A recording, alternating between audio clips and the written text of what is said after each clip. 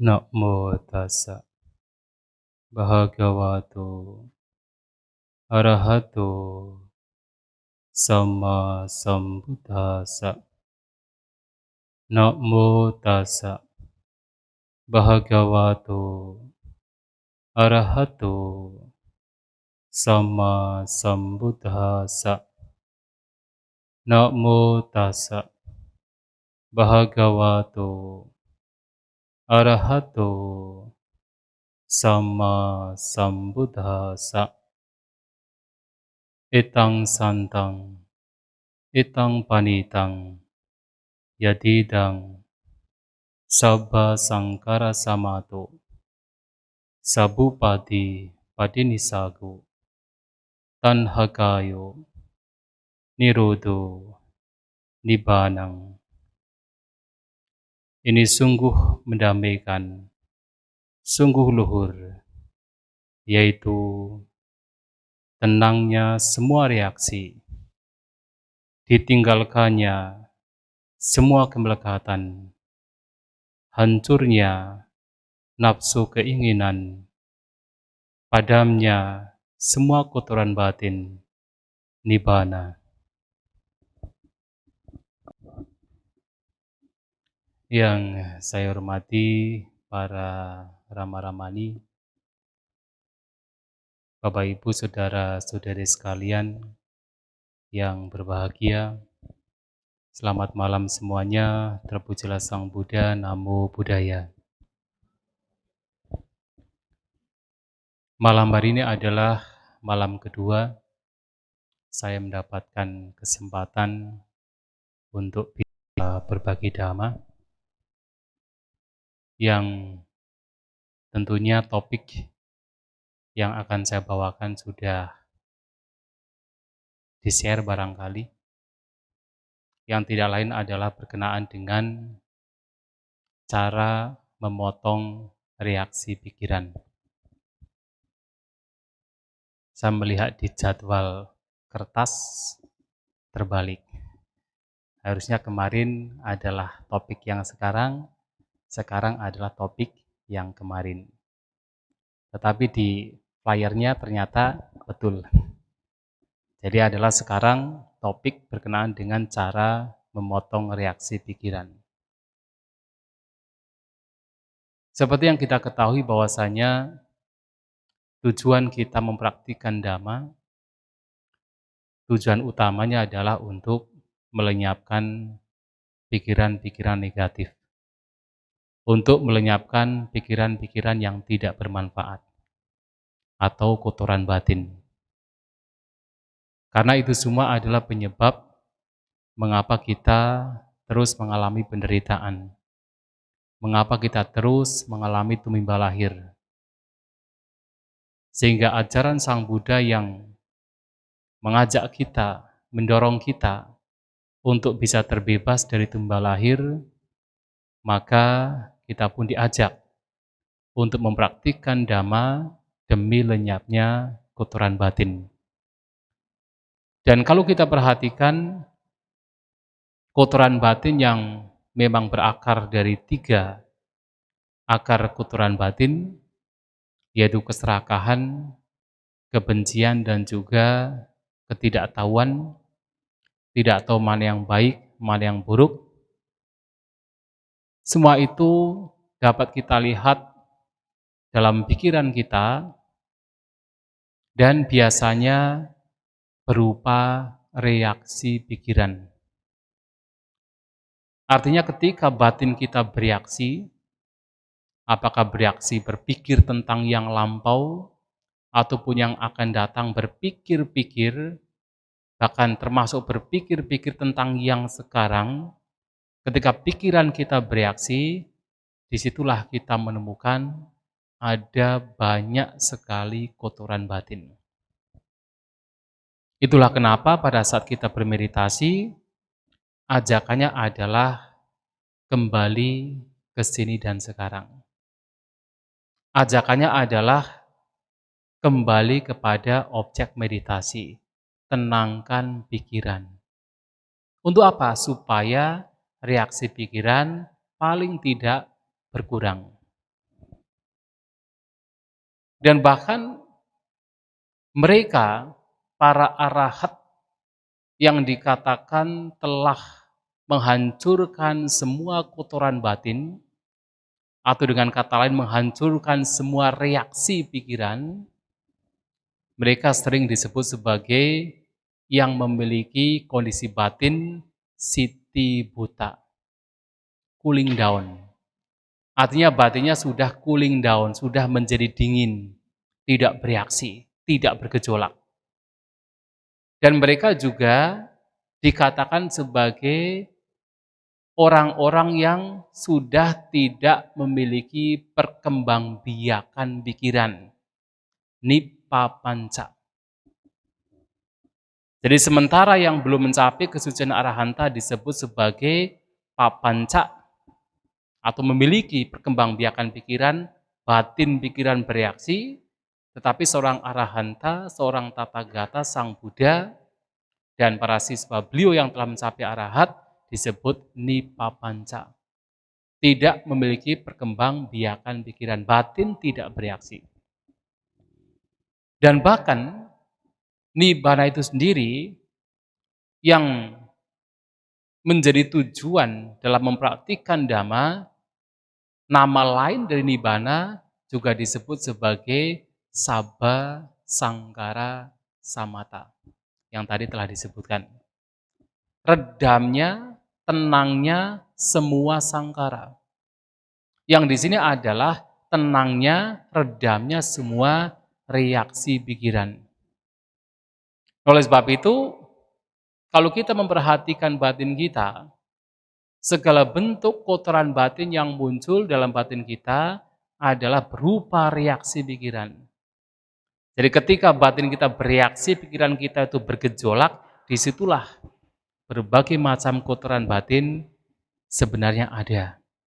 Apakah dalam bentuk keserakahan, beserta anak cucunya, karena keserakahan adalah induk, maka punya anak cucu.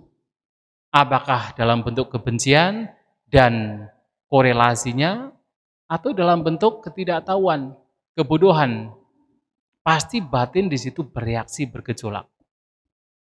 Maka dalam kita memperhatikan dhamma adalah tujuannya bagaimana batin kita tidak bergejolak, pikiran kita tidak bergejolak. Kita mengupayakan untuk memotong reaksi-reaksi pikiran. Lantas bagaimana Sang Buddha menyampaikan bahwasanya dalam reaksi pikiran ini ada banyak berbagai macam kotoran batin. Nah, itu disampaikan di dalam salah satu khotbah beliau, yang tidak lain adalah Madhu Pindika Sutta, khotbah di dalam Majjhima Nikaya. Kalau kemarin saya menyampaikan Samadhi Sutta dalam Majjhima Nikaya, ini pun juga dalam Majjhima Nikaya. Nah, dalam khotbah tersebut, bagaimana pikiran kita yang bereaksi ditunjukkan di situ akan banyak berbagai macam kotoran batin. Nah, khotbah ini penting sekali untuk kita pahami. Sebenarnya khotbah ini dimulai dari sebuah kejadian. Pada waktu itu Sang Buddha dikatakan sedang tinggal di daerah Kapilawastu, tempat kelahiran beliau. Dan ketika habis berpindah patah, beliau bersantap dan memasuki sebuah hutan disebut Mahawana, yang itu tidak jauh dari tempat para biku tinggal yang dipersembahkan oleh masyarakat Kapilawastu, Nigrodharama. Memang kalau pada zaman Sang Buddha, biasanya ada wihara, belakangnya ada hutan. Wihara adalah tempat tinggalnya. Nah, kalau mau melakukan padhana, striving, meditasi intensif, masuk hutan. Sebagai contoh misalnya, di Cetawana yang dibangun oleh Anathapindika, belakangnya ada hutan Andawana. Kemudian kalau kita pergi ke Veluwana, jadi kalau yang sudah pernah ke India, ke Veluwana, itu tidak jauh dari situ ada namanya Gijakuta. Tidak jauh itu. Kalau zaman sekarang memang kita pakai mobil, pakai bis ya, 5 menit sampai. Tapi kalau zaman dulu mereka berjalan kaki, itu tidak jauh. Jadi ada Veluwana, ada Gijakuta sebagai hutannya. Nah, di sini ada Nigrodharma, ada Mahawana. Kenapa disebut Mahawana? Karena mungkin hutannya besar. Maha besar, wana adalah hutan. Kalau di Jawa, wana itu adalah ladang. Tetapi zaman dulu itu adalah hutan. Nah, ketika Sang Buddha habis bersantap masuk ke Mahawana, di situ beliau berada di sebuah pohon. Biasanya duduk bermeditasi. Dan pada waktu itu ada seorang suku Sakya juga, seperti Sang Buddha dari Kapilawastu, yang juga masuk ke hutan. Ia seorang perumah tangga bernama Dandapani. Kenapa disebut Dandapani? Karena dikatakan dia itu selalu memegang tongkat. Jadi danda itu artinya tongkat. Pani itu adalah tangan. Jadi tangannya memegang tongkat. Bukan karena dia sudah tua, bahkan dikatakan dia masih muda. Karena tongkatnya terbuat dari emas. Jadi ibaratnya untuk pamer-pamer kemana-mana bawa tongkat. Ini loh, saya punya tongkat emas. Nah, datang pada Sang Buddha, bertemu dengan Sang Buddha dan biasa saling menyapa.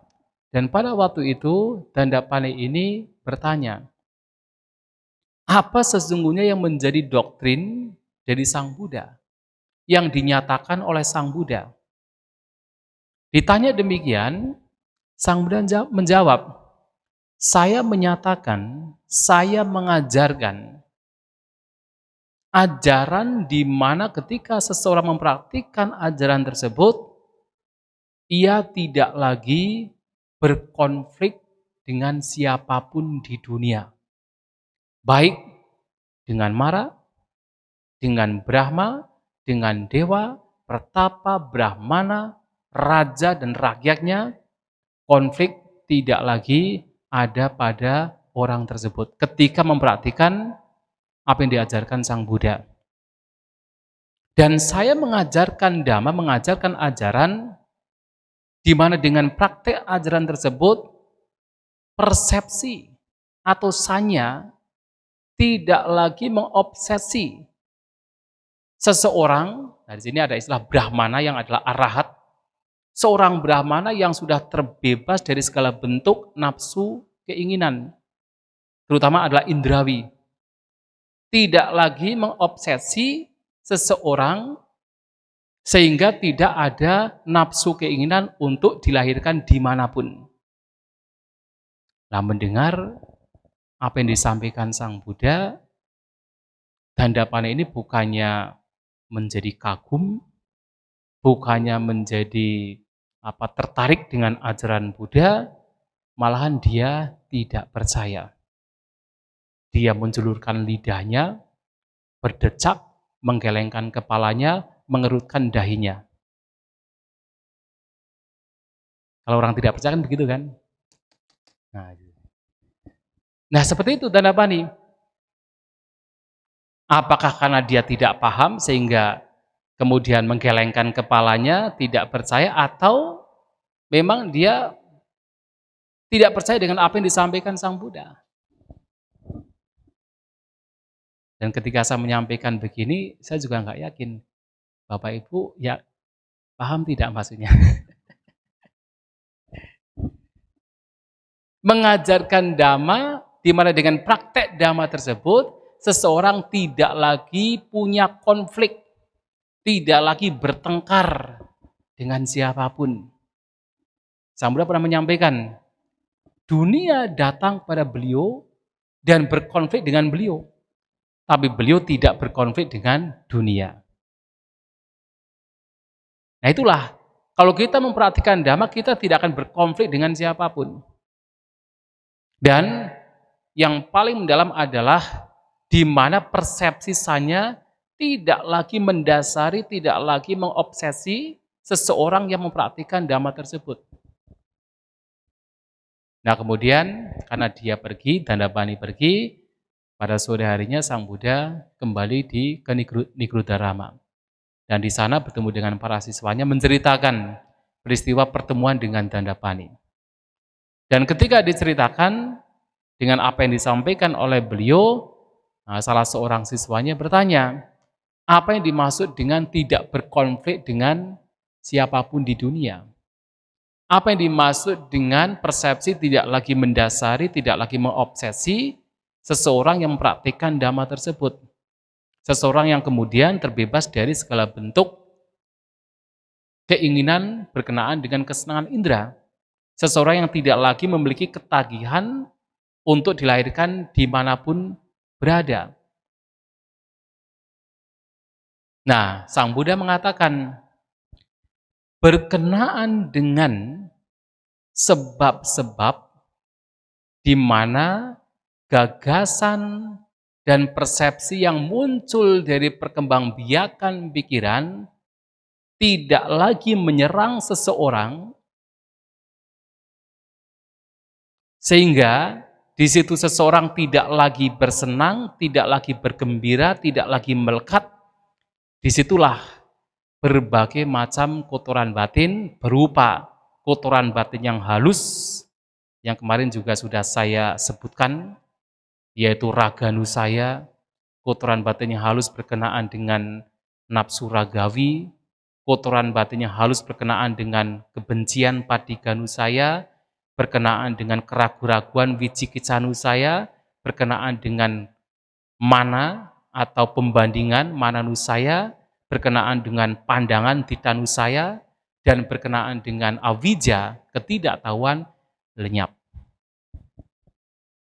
Kalau seseorang tidak lagi bergembira, tidak lagi bersenang, tidak lagi melekat dengan sebab-sebab yang memunculkan gagasan persepsi yang itu dimunculkan dari perkembangbiakan pikiran, maka disitulah kalau kita boleh menyimpulkan adalah akhir penderitaan. Nah, ketika dijawab demikian, Sang Buddha kembali ke kuti. Nah, para siswanya tidak paham maksudnya apa ini. Tidak sempat bertanya, kemudian Sang Buddha sudah kembali ke kutinya. Lantas mereka berpikir, kira-kira siapa di antara para siswa Sang Buddha yang akan mampu untuk menjelaskan apa yang disampaikan oleh Sang Buddha secara singkat, dijelaskan dengan detail. Maka mereka pergi ke Bhante Mahakaccana. Karena Bhante Mahakaccana adalah siswa yang terunggul, yang bisa menjelaskan pernyataan yang singkat menjadi detail. Maka mereka datang ke sana meminta petunjuk penjelasan dari Bhante Mahakaccana. Awalnya Bhante Mahakaccana tidak mau dengan alasan kenapa sudah bertemu dengan Sang Buddha yang menjadi sumber dhamma, tidak langsung ditanyakan, malahan tanya ke saya. Ibaratnya kalau ada seseorang yang ingin mencari hati kayu, sudah menemukan batang kayu besar, dalamnya ada hatinya, dilewati malahan mengambil cabang dengan daunnya. Nah, akan tetapi kemudian Bhante Mahakaccana tetap memberikan penjelasan. Nah, penjelasannya adalah berkenaan dengan proses pikiran.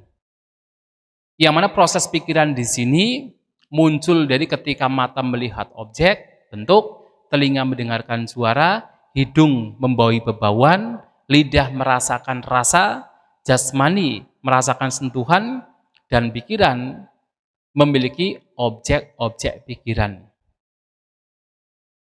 Nah, dari situ nanti akan memunculkan papanca atau perkembangbiakan pikiran, yang itu adalah reaksi pikiran.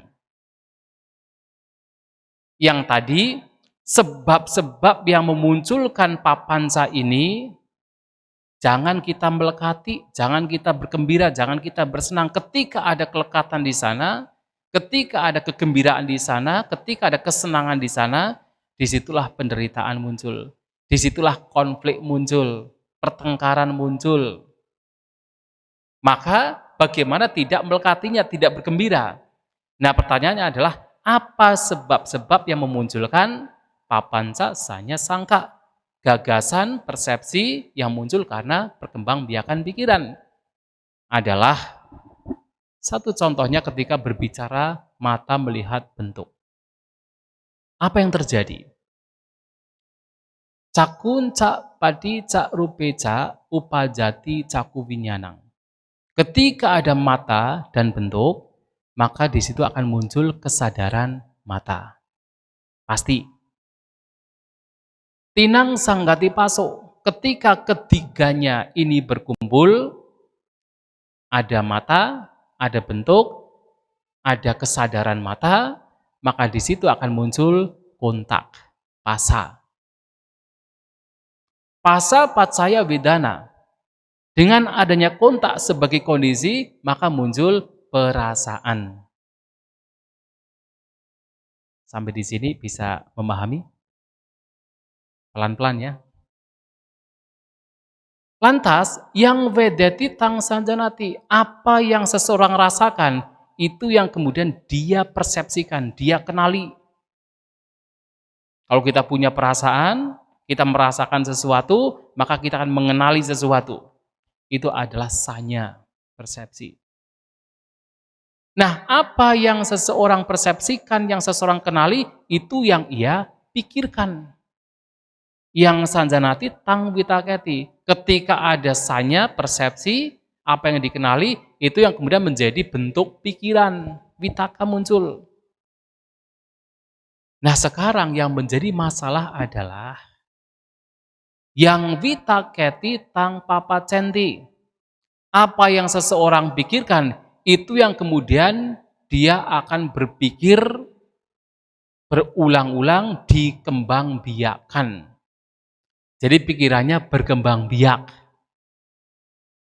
Dan mengasosiasikan, mengkorelasikan dengan pengalaman lampau yang akan datang dan sekarang. Ketika ada pikiran, kemudian pikirannya berkembang biak, kemudian dikorelasikan dengan pengalaman-pengalaman yang lampau, yang akan datang, yang sekarang, sehingga di situ akan menjadi ruwet. Dan itulah papanca, dan disitulah berbagai macam kotoran batin muncul.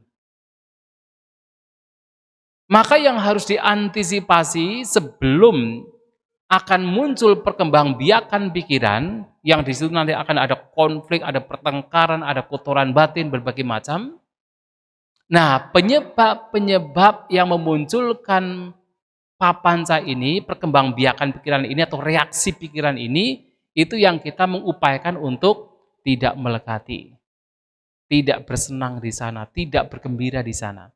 Kalau tidak melekati di sana, tidak akan sampai kepada papanca. Kalau tidak kemudian bergembira, bersenang di sana, maka tidak sampai pada papanca. Tidak sampai pikiran menjadi berkembang biak.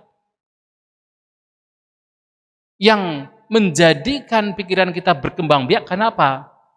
Kita membiarkan pikiran kita itu melekat dengan sebab-sebab yang memunculkan papanca. Sebabnya apa? Tadi telah disampaikan. Ada mata, ada bentuk, ada kesadaran mata. Kemudian muncul kontak, kemudian muncul perasaan, muncul persepsi, muncul pikiran. Ini adalah sebab-sebabnya. Dan kalau kita mulai melekat, bergembira, bersendang di sebab-sebab ini, nah disitulah perkembangbiakan pikiran akan muncul, dan di situ berbagai macam kotoran batin akan muncul. Reaksi pikiran akan muncul.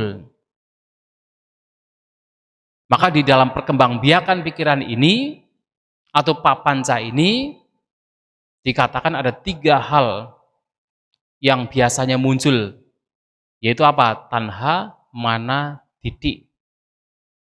Nafsu keinginan akan muncul di dalam perkembangbiakan pikiran. Pembandingan akan muncul, membanding-bandingkan saya dengan orang lain. Kemudian berbagai macam pandangan yang salah, yang tidak benar, itu akan muncul.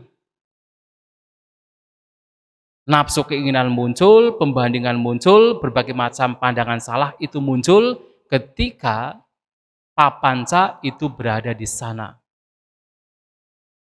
Dan itu semua adalah kotoran batin. Maka bagaimana sebab-sebab yang memunculkan papanca ini, kita harus mengupayakan untuk mengantisipasi, melihat, agar kita tidak melekat di sana. Lantas bagaimana? Latihan yang diberikan oleh Sang Buddha dalam khutbah-khutbah lain, tidak disampaikan dalam khutbah ini, adalah dengan kita senantiasa untuk merenungkan anicca, dukkha, dan anatta. Melihat bahwasanya apapun fenomena yang menjadi penyebab memunculkan perkembangbiakan pikiran ini, reaksi pikiran ini dilihat sebagai tidak kekal. Mata tidak kekal, tidak bisa dipertahankan. Bentuk juga tidak bisa dipertahankan, tidak kekal. Kalau seseorang mampu melihat itu semua tidak kekal, menjadi kokoh, maka kelekatan juga akan semakin memudar.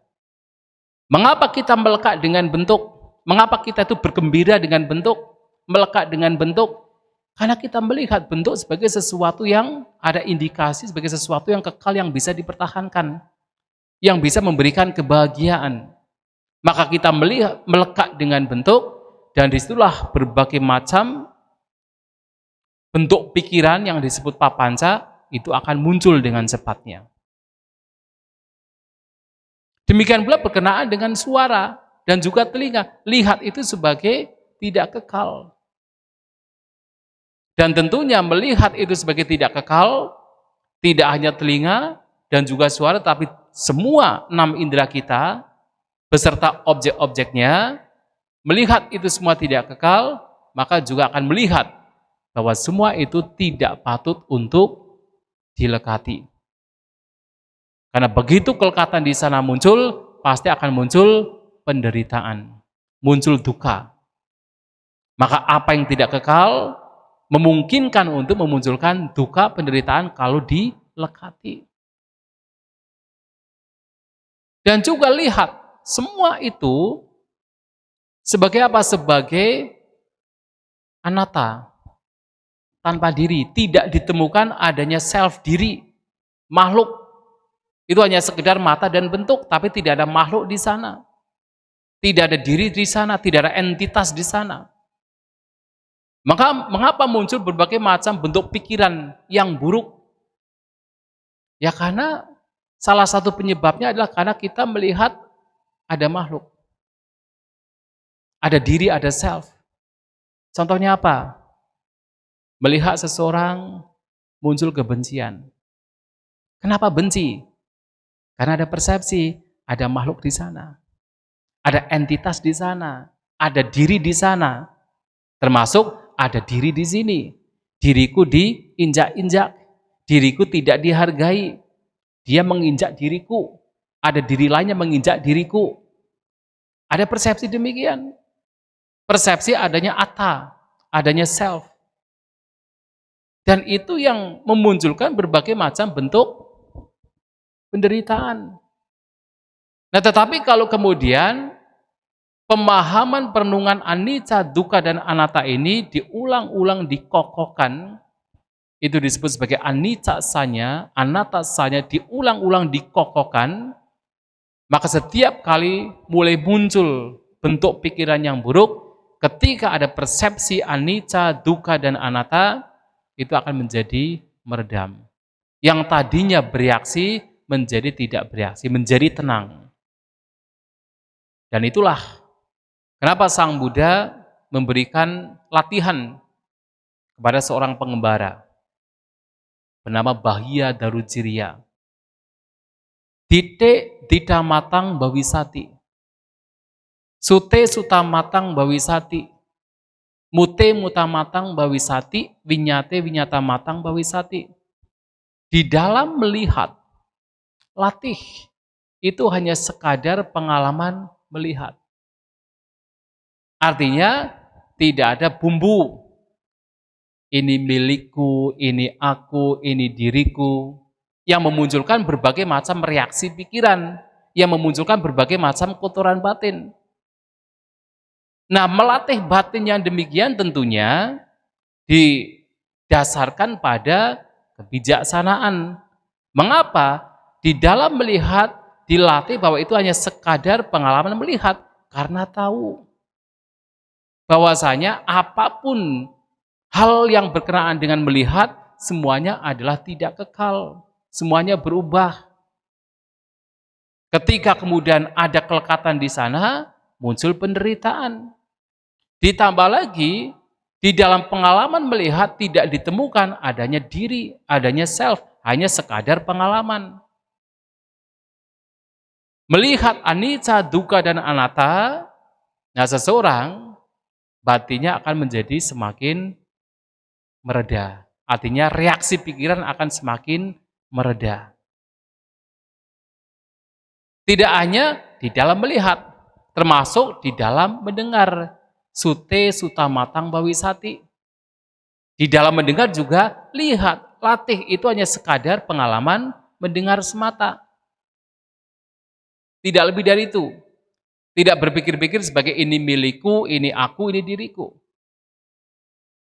Termasuk di dalam pengalaman kita membaui, merasakan, bersentuhan juga sama sekadar pengalaman. Mute mutamatang bawisati. Dan pada akhirnya bahkan ketika kita berpikir, itu pun juga baik untuk dilatih, itu pun hanya sekadar pengalaman berpikir. Tapi kalau kita sudah bereaksi, kita tidak mau dengan pikiran yang muncul, atau kita menyukai dengan pikiran yang muncul, kita sudah terlibat di sana, sudah terseret di sana, maka disitulah penderitaan akan muncul. Ya termasuk pada saat kita bermeditasi.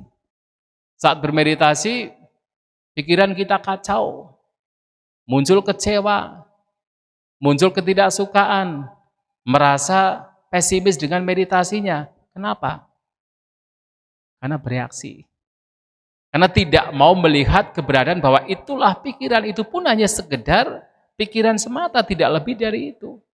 Tapi kalau kemudian sudah memunculkan ketidaksukaan dengan pikiran ini, ya disitulah kemudian muncul penderitaan, kekecewaan. Dan ketika mendapatkan ketenangan kemudian dilekati, mungkin pada saat itu belum ada penderitaan. Tapi begitu ketenangan itu lenyap, mulailah muncul penderitaan. Maka di dalam kita bermeditasi, melihat apapun pengalaman yang kita lihat, itu sebagai sekadar pengalaman, dan batin diupayakan, diusahakan dalam latihan tersebut tidak terseret oleh suka maupun tidak suka. Maka ada para guru meditasi yang mengajarkan kesadaran pasif. Passive awareness, kesadaran pasif. Artinya melihat objek sekadar sebagai objek tanpa menjustifikasi, tanpa menghakimi. Melihat itu dengan kesukaan atau tidak suka. Kalau sudah ada suka dan tidak suka, disitulah reaksi batin muncul. Maka di dalam Mahasatipatthana Sutta, selain kita harus punya semangat, punya perhatian, dan punya sampajana, kebijaksanaan, berkenaan dengan anicca, dukkha, dan anatta, kita pun juga harus memiliki satu kualitas. Vinaya loke abhijja domanasang. Meninggalkan abhijja domanasang di dunia. Atau di setiap pengalaman.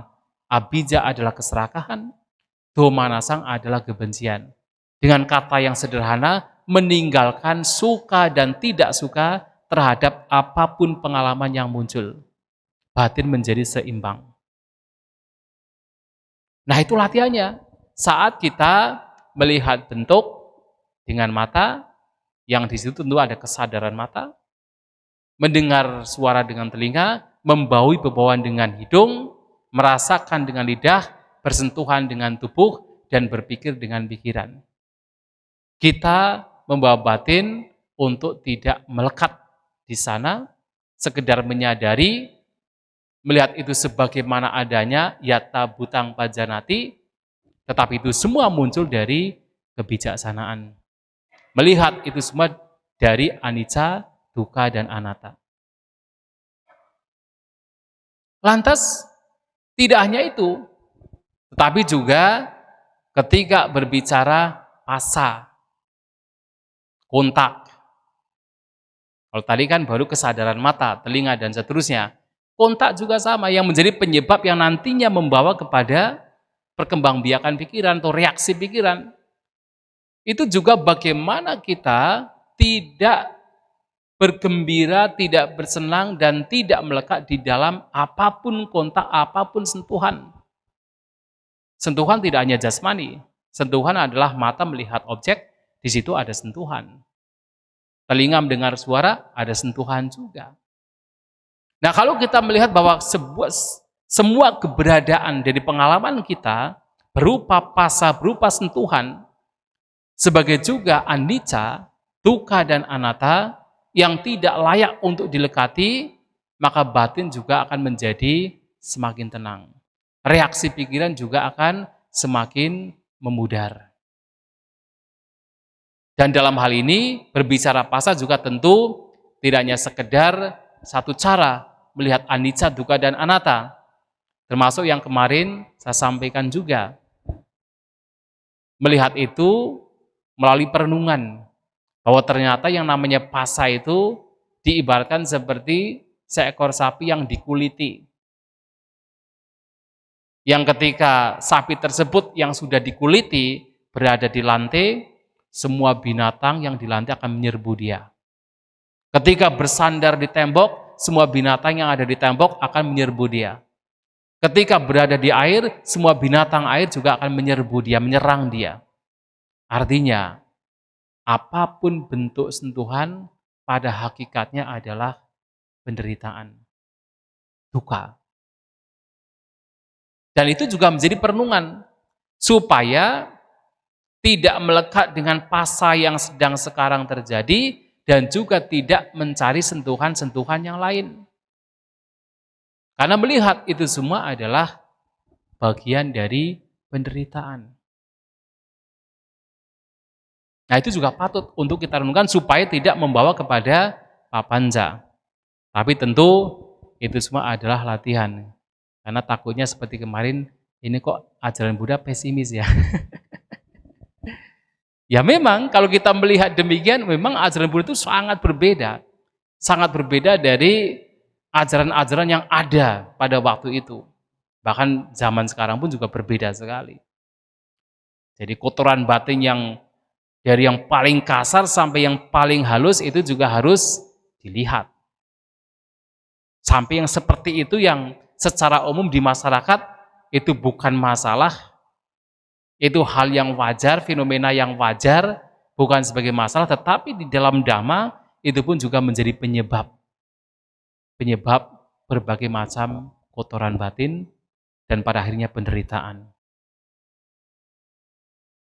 Dan kemudian tidak hanya pasa, kalau memang kemudian sudah terlanjur sampai kepada vedana atau perasaan, ya kita bisa merenungkan perasaan. Dalam hal ini tentunya dari awal sampai ini kita membutuhkan sati sampajanya.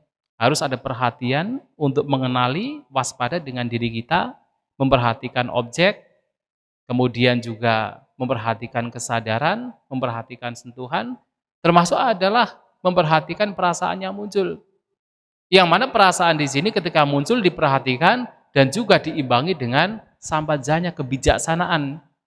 Yang di sini salah satunya adalah melihat itu sebagai anicca, dukkha, dan anatta.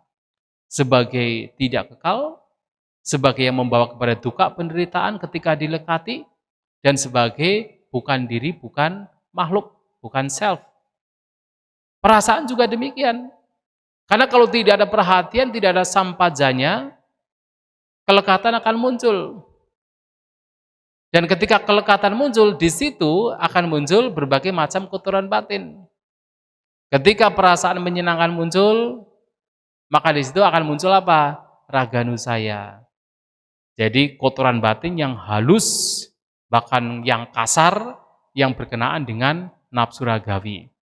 Mengingini, melekatinya, ingin mendapatkan, ketika itu yang muncul perasaan yang menyenangkan. Begitu ada perasaan yang tidak menyenangkan, kalau tidak ada perhatian, tidak ada kebijaksanaan, maka akan muncul kotoran batin berupa patiganusaya. Adalah kebencian, ketidaksukaan, penolakan, geram, tidak mau. Patiganusaya. Bahkan ketika muncul perasaan yang netral, yang biasa-biasa, itu pun juga memunculkan kotoran batin. Avijanusaya. Kotoran batin berkenaan dengan ketidaktahuan. Tidak tahu bahwa ini pun juga tidak kekal. Ini pun juga bisa membawa penderitaan. Ini pun juga bukan sebagai makhluk, sebagai entitas. Tidak akan muncul pengetahuan demikian. Yang muncul adalah ketanpa pengetahuan atau avijja. Ketika ada perasaan yang netral. Nah, oleh sebab itu, perhatian kebijaksanaan itu harus dimunculkan, disertakan ketika sudah masuk ke dalam perasaan. Maka salah satu bentuk meditasi adalah Vedanupasana, memperhatikan perasaan. Supaya apa? Supaya kotoran batin yang akan muncul bersama dengan perasaan itu tidak muncul. Dan bahkan menarik sekali Sang Buddha menyampaikan, di dalam perasaan yang menyenangkan, di situ akan muncul kotoran batin yang tadi disebut raganusaya atau nafsu ragawi. Tetapi di dalam perasaan yang menyenangkan juga akan lenyap raganusaya. Nah, kenapa bisa lenyap? Ketika ada sati dan sampajanya, ada perhatian dan kebijaksanaan. Kita memperhatikan perasaan yang muncul, kemudian dilihat itu sebagai anicca, tidak kekal, sebagai bagian dari duka penderitaan, dan juga sebagai sekadar perasaan, bukan sebagai makhluk. Nah, di situ nafsu ragawi yang seharusnya muncul akan lenyap. Nah, ini cara untuk memotong reaksi pikiran ketika sudah mulai masuk ke dalam perasaan. Termasuk adalah perasaan yang tidak menyenangkan. Kalau ada sati sampajanya, maka kebencian tidak akan muncul. Bahkan ketika itu muncul, itu akan lenyap. Reaksi pikiran berupa kebencian itu akan lenyap. Dan ketika ada perasaan yang netral, yang sebenarnya ada avijja, ketidaktahuan, ketika di situ dimunculkan pemahaman, ketidakkekalan, penderitaan, dan juga anatta, maka di situ ada pengetahuan. Jadi bukan avijja, tetapi yang muncul adalah vijja, pengetahuan. Nah, ini juga menjadi salah satu cara untuk bisa menenangkan reaksi pikiran dengan kita memperhatikan perasaan. Dan bahkan kemudian ketika sampai kepada sanya persepsi, apa yang dikenali. Nah, apa yang dikenali di sini, wah banyak sekali kotoran batin yang bisa muncul. Karena di dalam persepsi itu ada persepsi yang baik, ada persepsi yang tidak baik.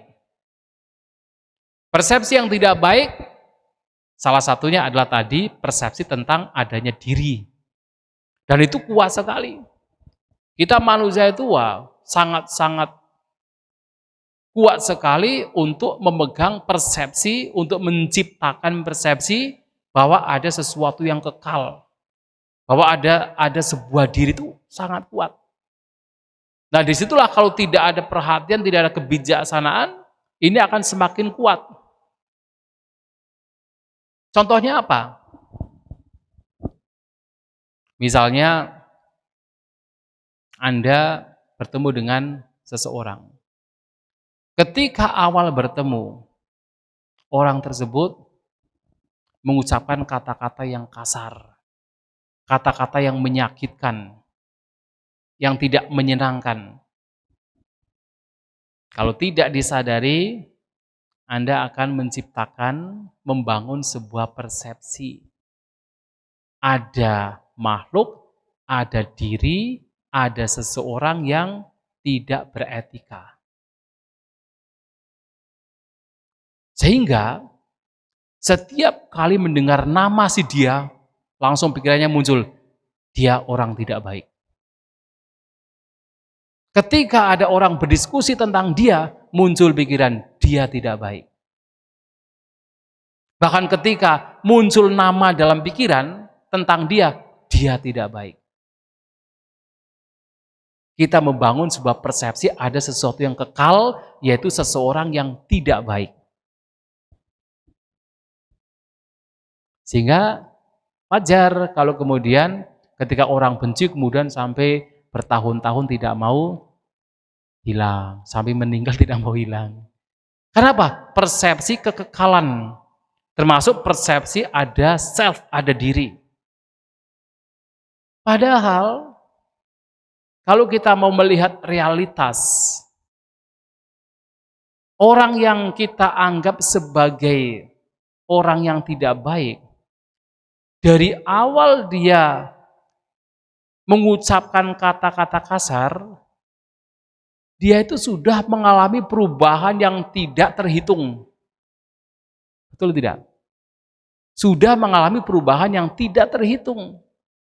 Mungkin ketika kita berpikir, oh dia tidak baik, padahal dia sekarang sedang meditasi. Oh dia buruk, padahal dia sekarang sedang berdana. Tapi persepsi yang kita bangun, ada seseorang yang kekal, yang dikatakan sebagai tidak baik. Dan itulah yang kemudian memunculkan berbagai macam bentuk pikiran yang buruk. Oleh sebab itu, untuk bisa memotong reaksi pikiran demikian, pikiran-pikiran buruk demikian, itulah kenapa kita membutuhkan perhatian dan kebijaksanaan. Kita melihat ke dalam batin kita, ketika persepsi itu muncul kita lihat, kemudian kita renungkan ketidakkekalan, anicca. Merenungkan bahwa tidak ada yang disebut sebagai makhluk, hanya sekedar fenomena yang terus mengalami perubahan. Sehingga apa? Persepsi demikian lambat laun juga akan semakin kuat. Artinya persepsi yang baik, persepsi tentang anicca, tentang anatta akan semakin kuat dan batin akan menjadi semakin tenang. Reaksi pikiran tidak akan berkembang. Nah, itu yang kita butuhkan. Nah, persepsi-persepsi yang buruk yang sebenarnya itu adalah tidak kekal, dianggap kekal, yang sebenarnya adalah membawa duka, dianggap membawa kebahagiaan, yang sebenarnya adalah tanpa diri, dianggap sebagai diri, itu yang harus kita lenyapkan. Diganti dengan persepsi ketidakkekalan. Persepsi bahwa ada duka penderitaan. Dan persepsi bahwa yang ada adalah anatta. Tanpa diri, tanpa self.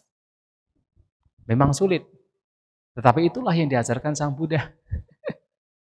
Kalau gampang semua orang sudah mencapai arahat.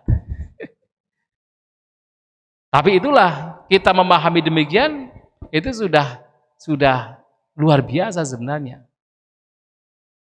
Karena memang sesuatu yang bahkan di dalam teori saja itu sulit.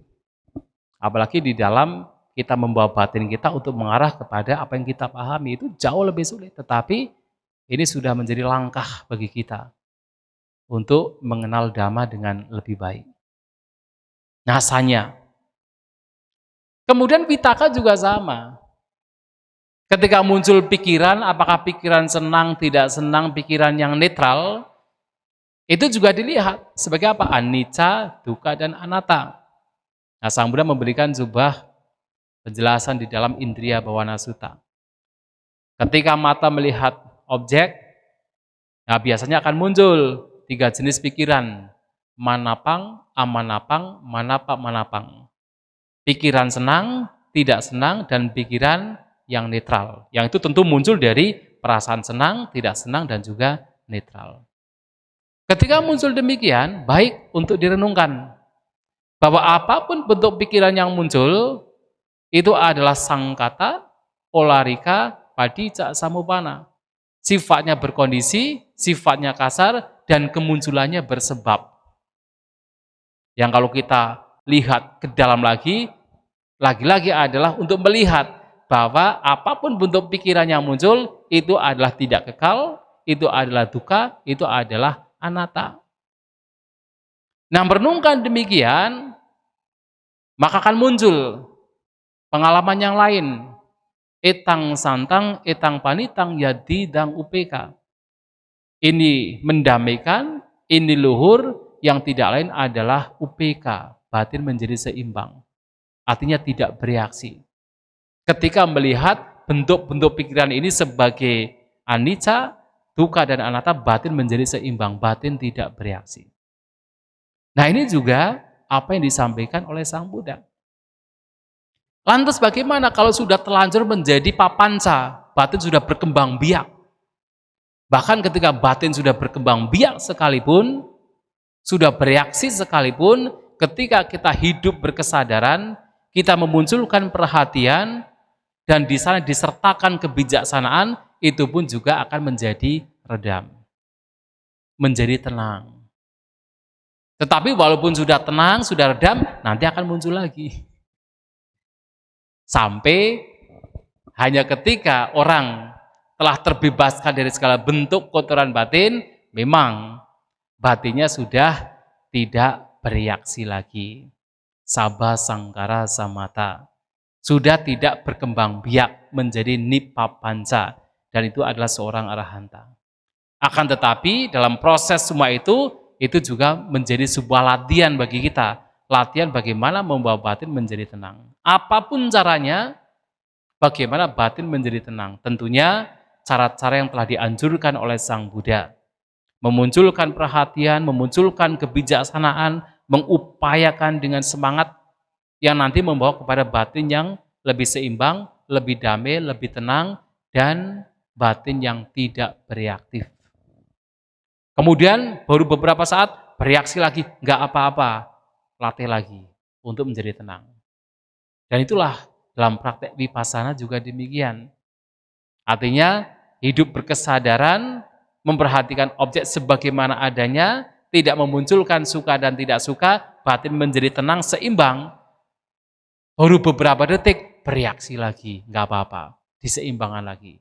Baru beberapa detik bereaksi lagi, tidak apa-apa, diseimbangkan lagi. Sampai batin kita akan cenderung untuk lebih tenang, cenderung untuk tidak bereaktif. Nah, itu semua dapat terjadi dengan latihan kita memunculkan sati sampajanya, perhatian dan hidup dengan kebijaksanaan.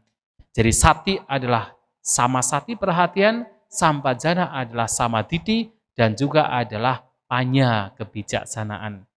Dan itu dua-duanya ini harus dimunculkan, dan tentunya seperti yang kemarin saya sampaikan, harus juga dimunculkan daya upaya benar.